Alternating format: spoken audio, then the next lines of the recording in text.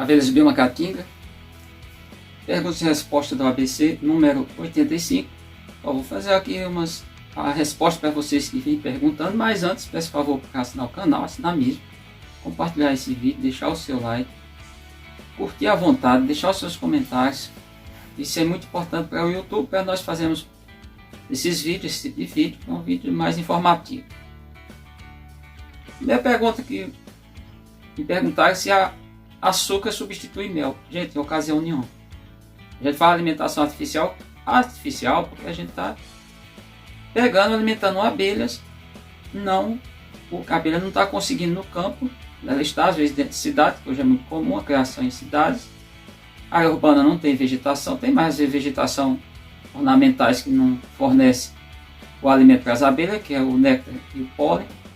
Aí a gente faz dessa maneira artificial, mas isso não vai substituir.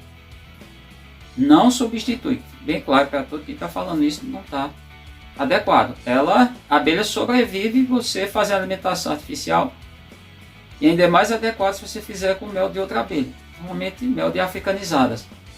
Mas o açúcar não pode substituir.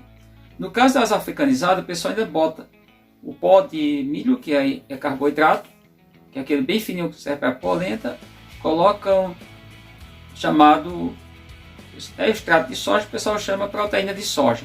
Também alimenta. A ápice é um bicho bem resistente. No caso das abelhas nativas, não invente fazer isso.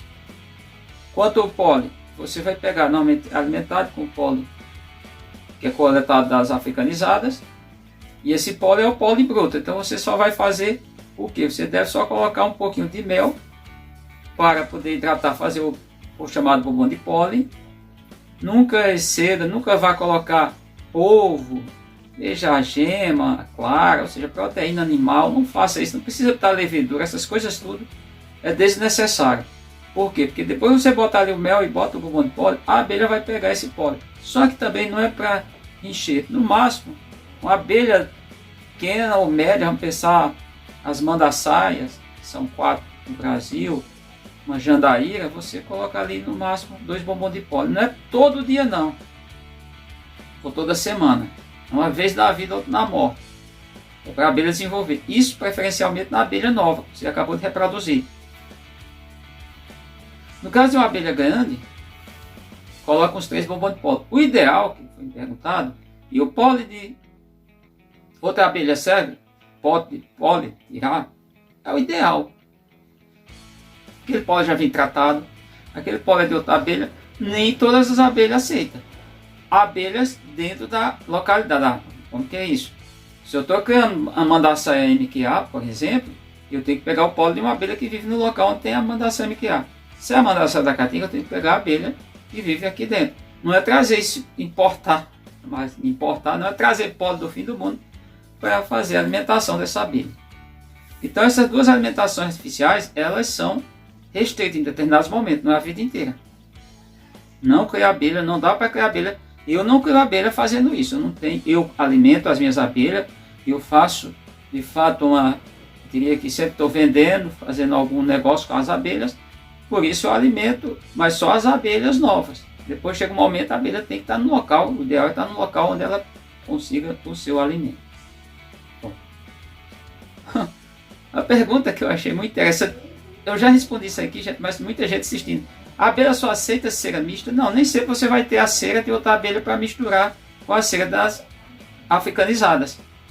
Eu faço aqui, inclusive, nem foi muito bom, já tinha feito em outra ocasião, fui fazer agora no domingo, uns potes, aqueles potinhos para botar nas abelhas quando estou multiplicando, que eu estou multiplicando várias agora, vou precisar. Fiz aí uns 30 e pouco, 40, não lembro direito. O fato é que eu misturei um pouco de cera que eu tinha aqui de mundoria, cera antiga, e uma cera antiga, mas estava guardada na geladeira, de cera de cupira. Que foi até o senhor aqui, que acho que é do Piauí, o senhor Nilo, ele perdeu as cupiras, me deu a cera, eu peguei e guardei essa cera.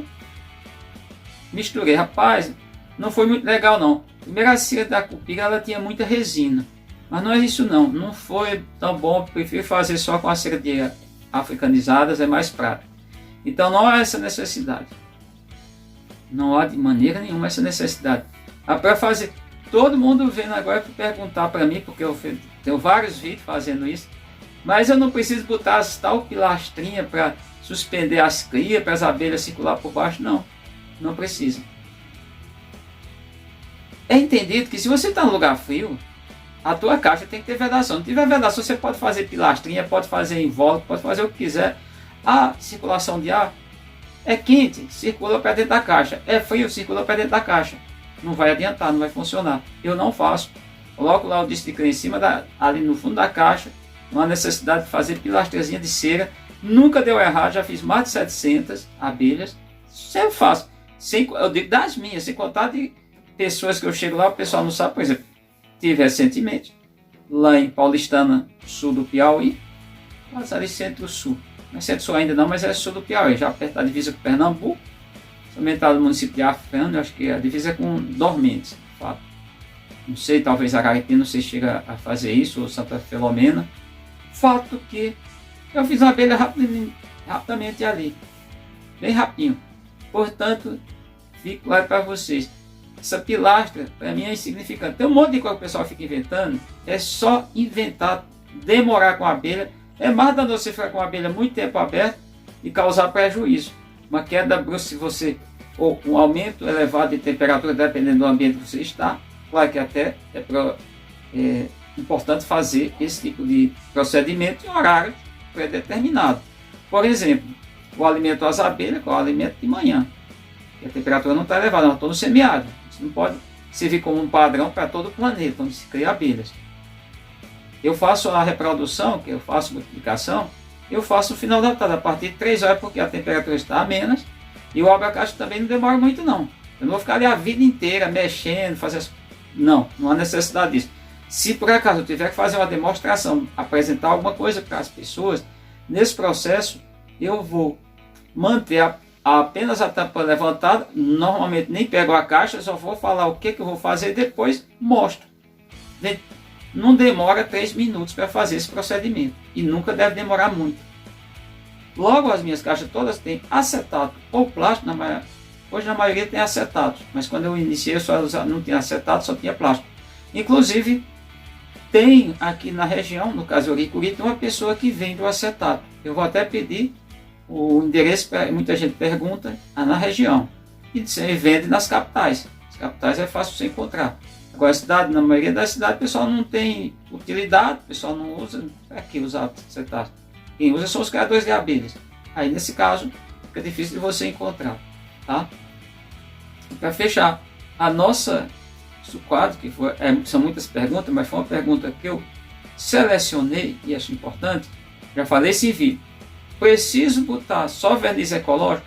Gente, no mundo inteiro, o pessoal cria abelha de um modo geral, que é chamado, um chama selagem, outros não, só passar ou tinta ou verniz. Por exemplo, as caixas africanizadas, a maioria são cor azul, é uma cor ideal, mais interessante para fazer, para pintar. No caso das abelhas nativas, não é importante botar muitas cores. Eu mesmo deixo a cor da madeira, que mais o habitual das abelhas na natureza é encontrar, se guiar por algumas coisas, não precisa ficar inventando. E passo o verniz. Tem o verniz ecológico, mas não passo. Tem até em 5 litros. Eu vou utilizando em determinado momento, mas não passo. Eu passo o verniz, que é aquele extra rápido, fica aqui, para vocês verem, aqui a embalagem, já mostrei isso em outras ocasiões.